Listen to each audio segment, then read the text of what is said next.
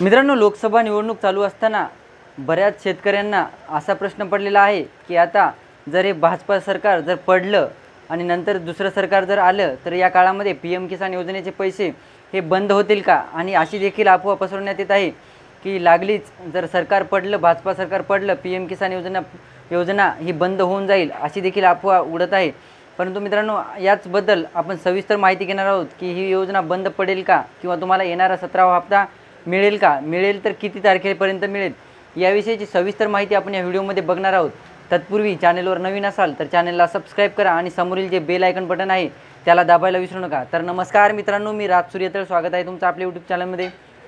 तर मित्रांनो, बऱ्याच जणांनी व्हॉट्सअपच्या ग्रुपमध्ये म्हणा किंवा बऱ्याच गुगलच्या न्यूजमध्ये म्हणा की अशी अफवा चालली आहे की आता लागलीच भाजपा सरकार पडत असल्या कारणाने किंवा पडेल अशी शंका वाटत असल्याने की पीएम किसान योजनेचे जे हप्ते भेटत होते ते आता बंद होणार आहेत किंवा बंद पडतील, असे बऱ्याच शेतकऱ्यांना प्रश्न पडलेला आहे।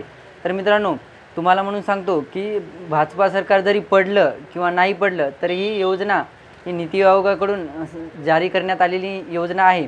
त्यामुळे ही योजना जरी बंद पडायची असेल तरी सुद्धा ही 17वा हप्ता भेटल्याशिवाय ही योजना बंद पडू शकणार नाही। कारण की 4 जूनला जेव्हा निकाल लागेल, निकाल लागल्यानंतर मित्रांनो शेतीची पेरणीची आता कामे सुरू होणार आहेत, पावसाळा लागलेलाच आहे।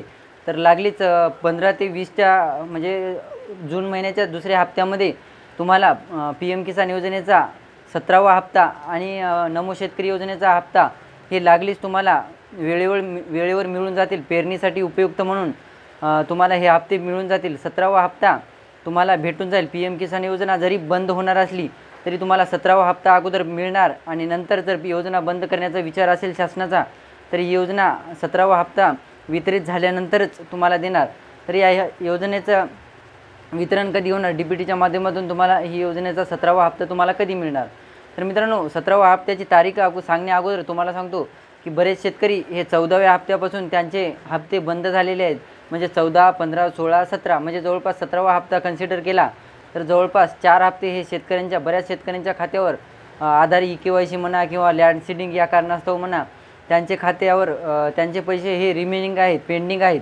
तर हे सुद्धा मित्रांनो, तुम्ही जर तुमची KYC वगैरे लँड सीडिंग वगैरे करून घेतली तर हे तुम्हाला 4 हप्ते जशाला तसे तुमच्या खात्यावर पडून जातील। त्याचबरोबर मित्रांनो, या योजनेचा तुम्हाला पेरणीच्या पार्श्वभूमीवर पावसाळा जरी 5 तारखेपासून लागला असला, हवामान तज्ज्ञांच्या म्हणण्यानुसार पावसाळा 5 तारखेपासून लागणार जरी असला तरी मध्ये उघडीप पडू शकते। आपणच 5 तारखेला लगेचच पेरणी करत नाही मित्रांनो। तर याच आणि 4 जूनला निकालसुद्धा लागणार आहे। तर 4 जूनपासून जवळपास 20 तारखेच्या जवळपास म्हणजे जूनच्या सेकंड वीकमध्ये तुम्हाला या योजनेचा म्हणजे 17वा हप्ता पीएम किसान योजनेचा आणि नमो शेतकरी योजनेचा हप्ता हे दोन्ही हप्ते मिळून तुम्हाला 4000 रुपये एकदाच तुमच्या खात्यावर पेरणीसाठी उपयुक्तता म्हणून पेरणीसाठी तुम्हाला हे 4000 रुपये तुमच्या खात्यावर वितरित होतील।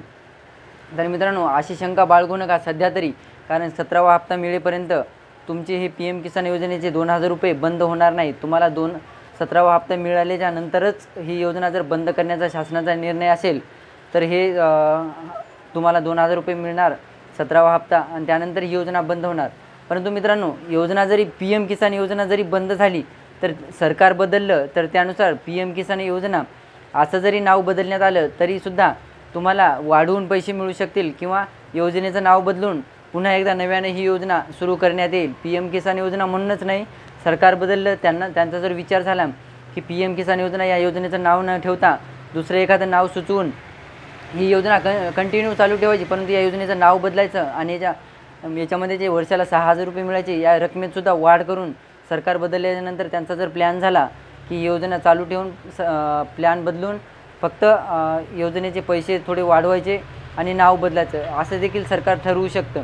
तर तुम्ही चिंता करू नका मित्रांनो, शेतकरी मित्रांनो, तुम्हाला हे 4000 रुपये जे आता जून महिन्यात मिळतील ते 4000 रुपये तुमच्या खात्यावर व्यवस्थितरित्या पडून जातील, येऊन जातील। फक्त तुम्ही EKYC करून घ्या, आधारला तुमचा मोबाईल नंबर लिंक करून घ्या, बँकेला आधार लिंक करून घ्या, या सर्व गोष्टी लँड सीडिंग करून घ्या। हे सर्व जून महिन्याच्या सेकंड वीकच्या अगोदर म्हणजे दुसऱ्या हप्त्याच्या अगोदर ह्या सर्व गोष्टी करून घ्या, जेणेकरून तुम्हाला तुमचे जर पेंडिंग हप्ते असतील ते सुद्धा आणि उरलेला 17वा हप्तासुद्धा तुमच्या खात्यावर व्यवस्थितरित्या पडून जाईल। तर मित्रांनो, व्हिडिओ आवडला असेल तर चॅनलला सबस्क्राईब करा आणि समोरील जे बेल आयकन बटन आहे त्याला दाबायला विसरू नका. धन्यवाद.